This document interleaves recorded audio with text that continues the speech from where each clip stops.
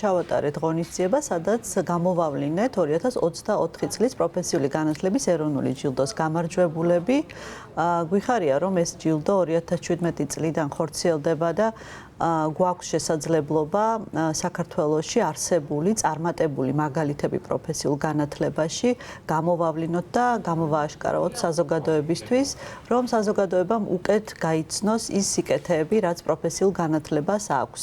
Როგორც თქვენ აღნიშნეთ, 4 ძირითად საკონკურსო კატეგორიაში გაიცა ჯილდო, გარდა ამისა საქართველოს პარლამენტმა გასცა ჯილდო, ინკლუზიური პროფესიული განათლების მხარდასაჭერად და ასევე პროფესიული უნარების სააგენტომ. ჯილდოს სპონსორი გახლავთ გუდავაძე პატარკაციშვილის ფონდი, ჩვენ ფონდთან ერთად და თავისთავად ცხადია, რომ ყოველ წელს გვემატება ახალი პარტნიორები, რადგანაც პროფესიული განათლება კიდევ უფრო პოპულარული ხდება საქართველოში, რაც მისასალმებელია და ისრაელის საელჩო და საქართველოს ბიზნეს ასოციაცია არიან წელს ჩვენი პარტნიორები. ჯილდოს მიზანი გახლავთ პროფესიული განათლების პოპულარიზება, მიუხედავად იმისა, რომ პროფესიულმა განათლებამ პოპულარობა მოიპოვა და 2017 წლიდან მოყოლებით დღემდე გაუმჯობესებულია მონაცემები და ამას ყველა კვლევა გვიჩვენებს, მაინც ძირითადად ახალგაზრდა ირჩევს უმაღლეს განათლებას და პროფესიულ განათლებაში თითქოს მომავალს ვერ ხედავს. მაშინ როცა სტატისტიკა გვიჩვენებს, რომ უმაღლესი განათლების კურსდამთავრებულების დასაქმების მაჩვენებელი პროფესიით ხშირად საკმაოდ დაბალია და შრომის ბაზარზე დღეს მოთხოვნა არის სწორედ პროფესიული განათლების მქონე და უნარების მქონე სპეციალისტებზე. სწორედ ამ გამოწვევის საპასუხოდ არის შექმნილი პროფესიული განათლების ეროვნული ჯილდო.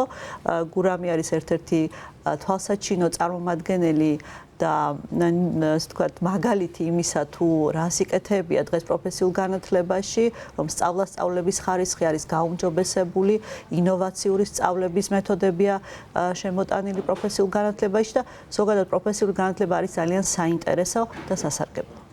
დიდი მადლობა გურამ თქვენთან გადმოვალ კითხვით. თქვენი საქმიანობა რომ გააცნოთ მაყურებელს უფრო დეტალურად, რას ასწავლეთ დღესდღეობით და ელოდებოდით თუ არა ამ ჯილდოს? მოგესალმებით, პირველ რიგში მადლობა მოწვევისთვის.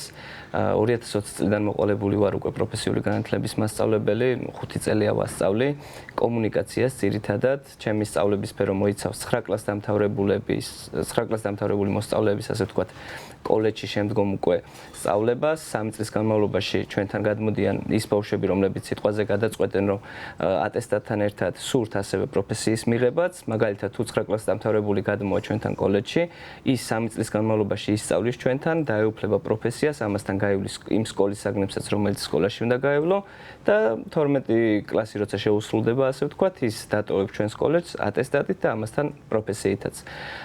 ძალიან საინტერესოა ზოგადად პროფესიული განათლება, ძალიან ბევრ შესაძლებლობას იძლევა და ძალიან მიხარია, რომ ამ ყველაფრის ნაწილი ვარ მეც და ვცდილობ, რომ მაქსიმალურად მოსწავლეებს, სტუდენტებს მივცე ის, რაც მათ სჭირდებათ. ეს არის თავისუფლება, ეს არის თანამედროვე სწავლების მეთოდები, მიდგომები და ასე შემდეგ.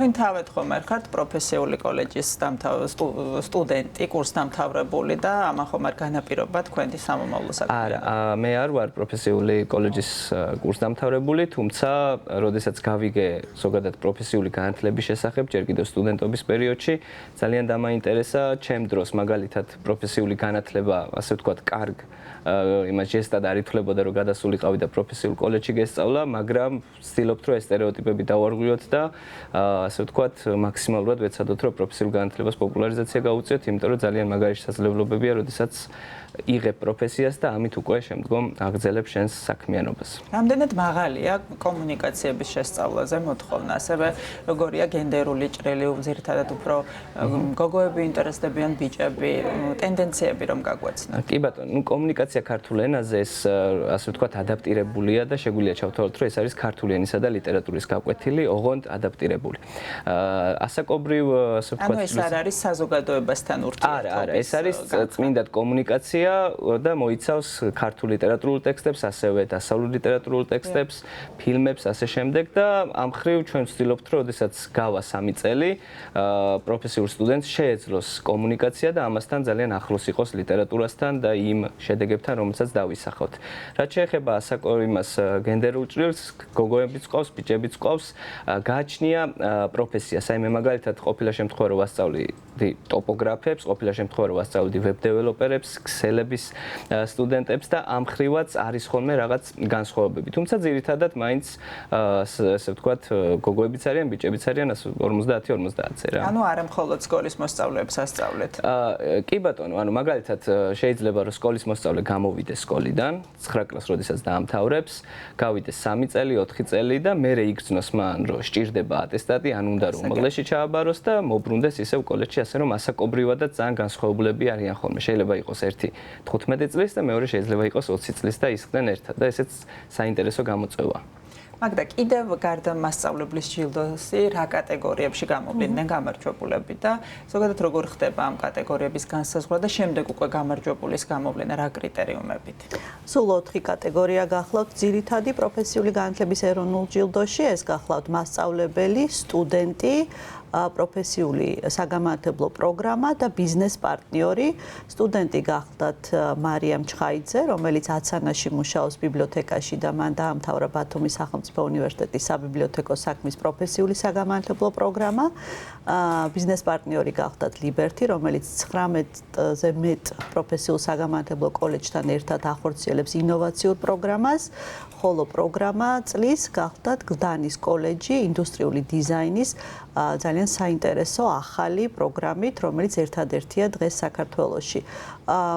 ჩვენ გვყავს დამოუკიდებელი ჟიური, რომელიც 2 ეტაპად აფასებს შემოსულ აპლიკაციებს პროფესიული განათლების ეროვნული ჯილდოს კონკურსზე და ჟიური გადაწყვეტს ჯერ ნახევარფინალისტების სიას, შემდგომ უკვე ნახევარფინალისტებთან იმართება გასაუბრება პრეზენტაციები, რათა მათ წარმოადგინონ ის ინოვაციები და სიახლეები, რასაც ნერგავენ და ბოლო ეტაპზე უკვე ფინალისტებს გამოვავლენთ. წელს 9 ფინალისტი გვყავდა, 9-ვე ერთმანეთზე საუკეთესო მაგალითებით და 9-ვე იმსახურებდა გამარჯვებას, მაგრამ საბოლოო ჯამში შეირჩა გამარჯვებულები, როგორც აღვნიშნეთ, 4 კატეგორიაში.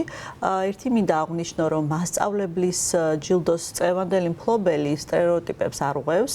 ჩვენთვის ძალიან მნიშვნელოვანია, რომ ახალგაზრდებმა დაინახონ თუ რამდენად საინტერესო შეიძლება იყოს ასწავლონ და ჩაერთონ პროფესიულ განათლებაში მასწავლებლის სტატუსით და გარდა ამისა ის რბილი უნარები, რაც კომუნიკაციას მოიცავს, არის ერთ-ერთი გამოწვევა დღეს ქვეყანაში. დამსაქმებელი ხშირად ასახელებს, რომ მართალია ეგრეთ წოდებული ტექნიკური უნარები აქვს ძლიერი, პროფესიული განათლების კურსდამთავრებულს რბილი უნარები არა აქვს, ანუ კომუნიკაცია უჭირს და ასე შემდგომ.